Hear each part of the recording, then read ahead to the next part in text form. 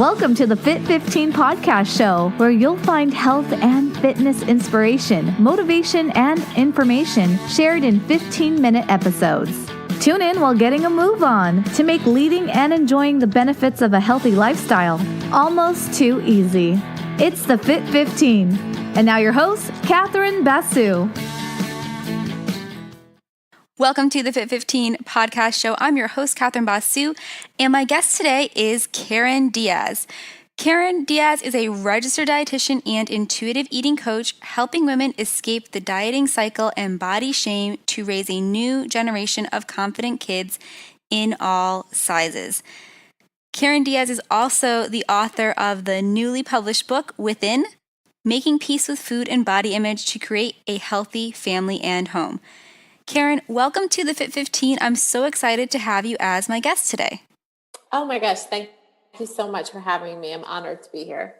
So we have so many things we can talk about, as we were saying before I hit record, but I'm most excited for you because you just published your book. So could you tell us a little bit about that and, why you're so passionate about the work that you do that you wanted to get a book out there for people?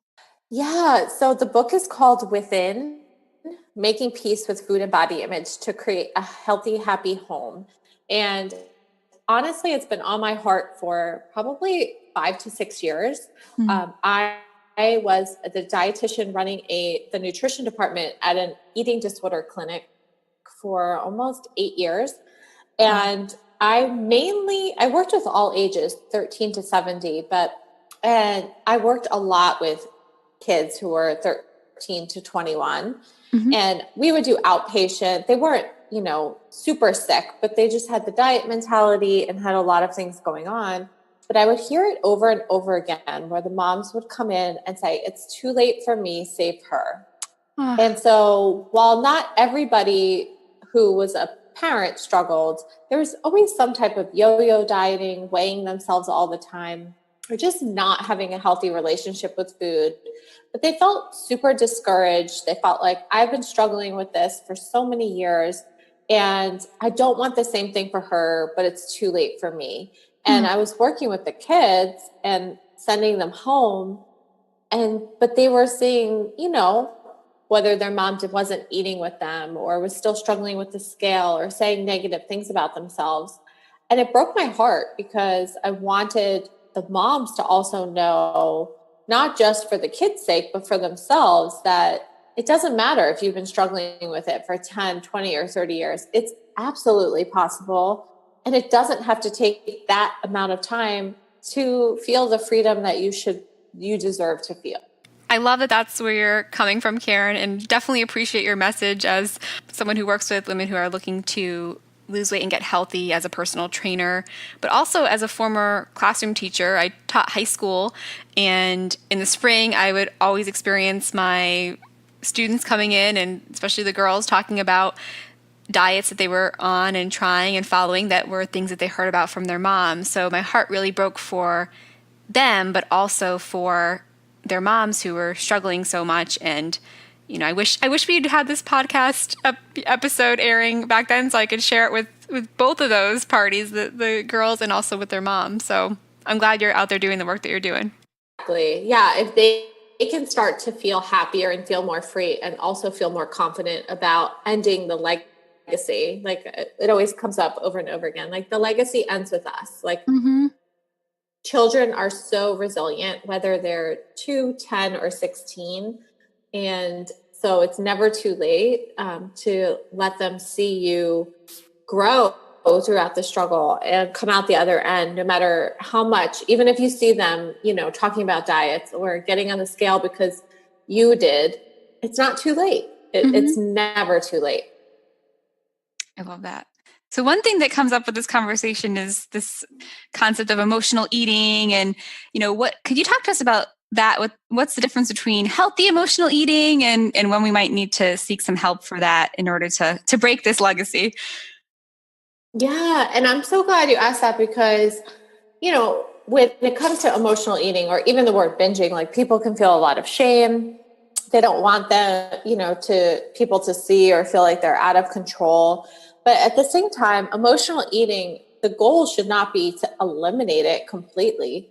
I think oftentimes we hear that even from people who are very high profile, right? Like we shouldn't cheat, right? Or a cheat day. And if I go outside of these boundaries, you lose momentum. That to me is actually a form of diet mentality because it doesn't have to be that way. You know, you can have a bite of cake and throw the rest away. You can do that 3-4 days a week and have a day where you don't want it for 3 weeks.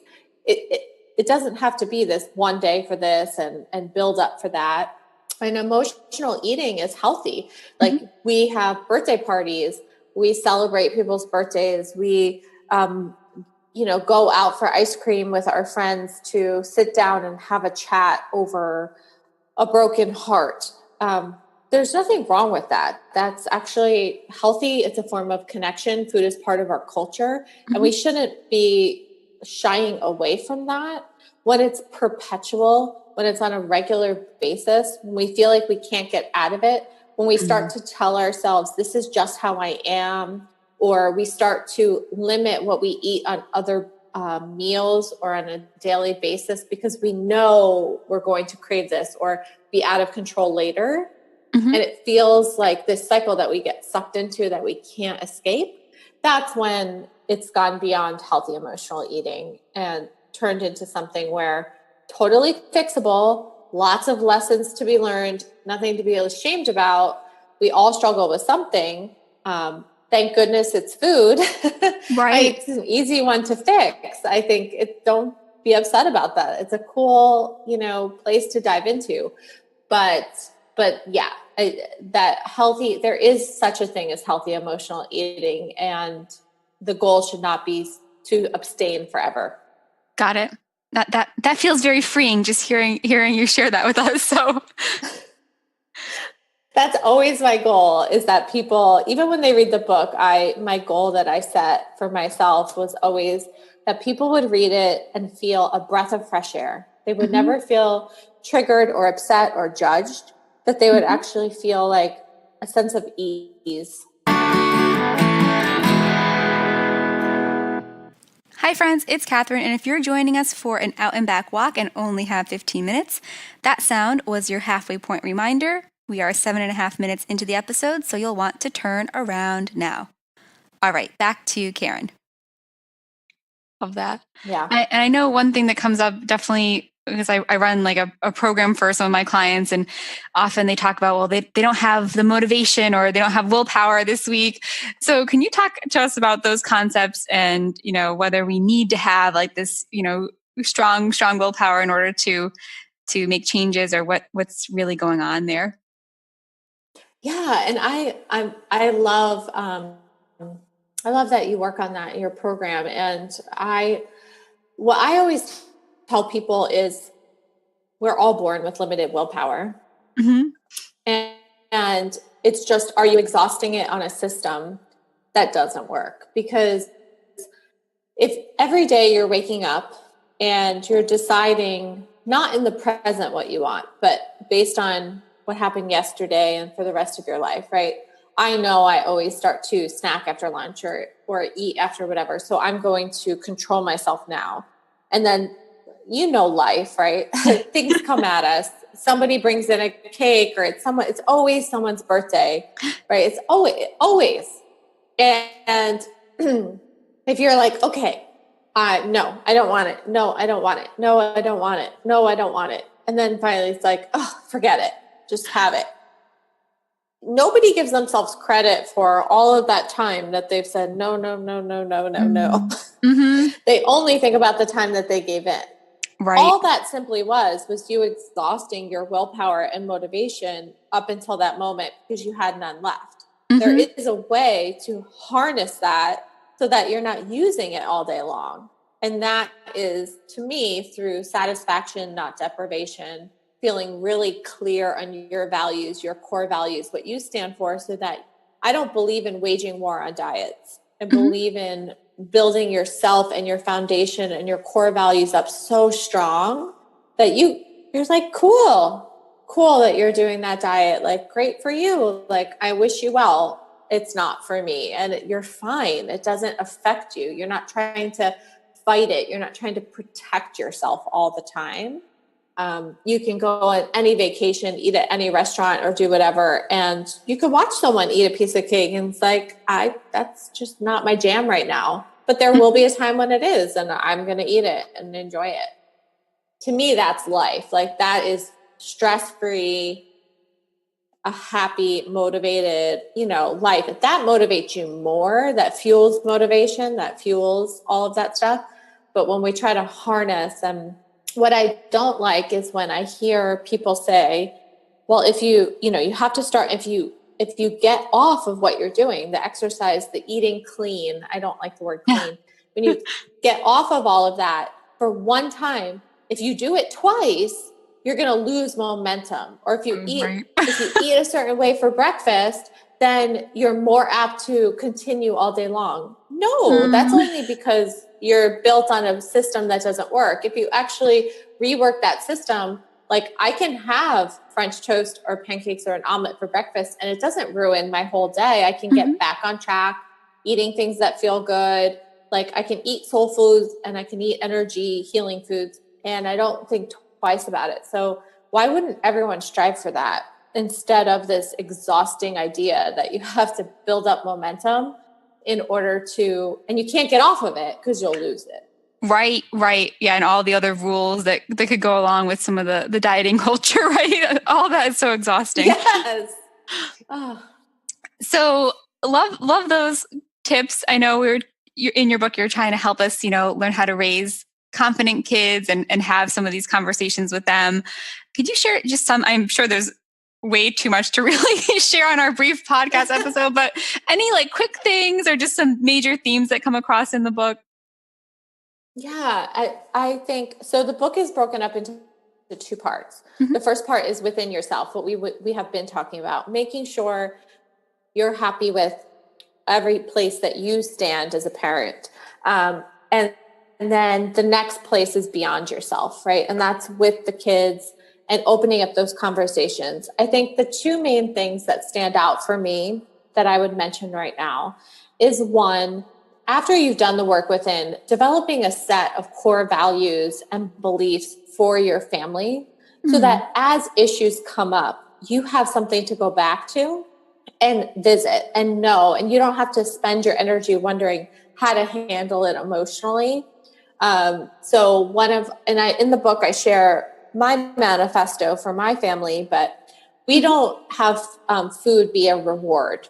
Food is not a reward in our house. And so where that came in handy, a quick example is that my daughter was at a swim meet and we heard a parent from the other team say, if you beat your swim time, I will buy you ice cream. Now, I don't judge, every family is different. But because of our manifesto and our values, I was able to have lunch with my daughter after and say, do you remember, hearing that? She said, yeah. I said, do you want to know why we don't? And this is what we don't like. Ice cream's not a big deal. It's not powerful. It's available anytime, anywhere. It's going to hurt our tummy if we eat it all the time, but it's not something you have to earn. It's not special. And that's why we don't do that. And I was able to have that discussion because of us. Without, every family is different. I don't judge, I don't whatever, but to have those discussions and help her understand why we do. But she's allowed when she gets older to create her own manifesto and her own beliefs and her own values. And the second thing that I think is important is talking about our bodies. I think so often in our culture, and especially with raising kids, I hear over and over to talk about how who we are within, beauty is on the inside, but we all have bodies. We all live in our bodies. And so if you do not talk to your children about their bodies, they are going to be exposed to everything out there in marketing and in TV and in ads and their friends. So why would you not want to have an input? Right. And so I think we need to shift that. It's not just, yes, we are all beautiful within, but we are all beautiful without. How we are pitched what beauty looks like is skewed. So to find beauty in a different way is something you can teach and talk about. And that is, I think, where change happens. happens on a larger scale. And so the last chapter is about talking about our bodies, because I think we shouldn't ignore it, even if we're uncomfortable. And that's where we might need to face our own biases. And trust me, I've had them, because I've been pitched these images my whole life. I mean, I'm not immune. Right. No, of course. Now I don't really focus on the nutrition part because I'm not a registered dietitian. I outsource that when I have clients that want more help. But for the fitness aspect, I'm very passionate about that in the same way. And it does have to start with us. I love how you've broken the book down to be able to help readers work on themselves and then be able to take care of their families afterwards. Because I don't have kids of my own, but like I mentioned, I used to be a classroom teacher. I have nieces, and I've observed that kids, doesn't matter what you tell them, if you're going to do something different, they're going to follow that, advice, what you do versus what you say you should do. Right. So that's so true. And you know what, with fitness and with everything you do, and I would love your opinion on this, but I feel like the conversations to me, like with my family, I always take outside of myself. So I work out, I exercise, I move, I lift weights. We take our kids to the gym. But when we have an off, like a day where we don't go to the gym, like I say it out loud, like, mommy's tired today. Her muscles are sore. She's giving a rest. I don't explain beyond that, but I think kids need to hear what our inner thoughts are. And how would they know if we don't share it?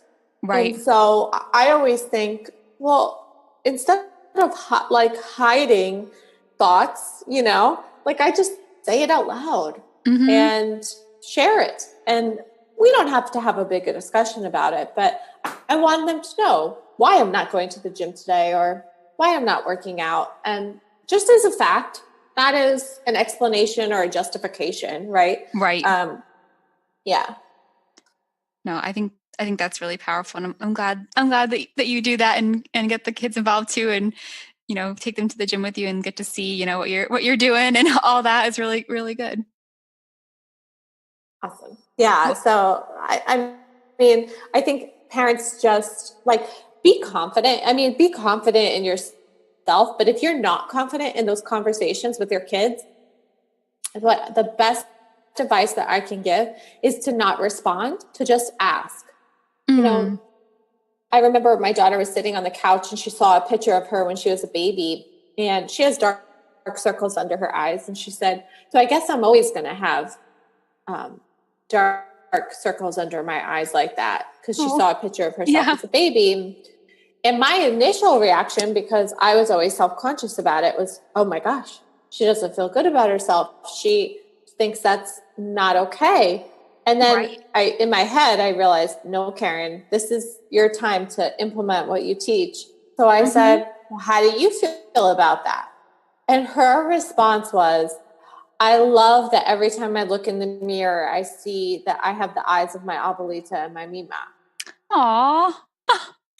Now, had I not asked that question, my response would have been, no, honey, you're beautiful. You're beautiful just the way you are. Now, I would have sent her down a very different direction. Yeah. Because she would, wait, did I say I wasn't beautiful?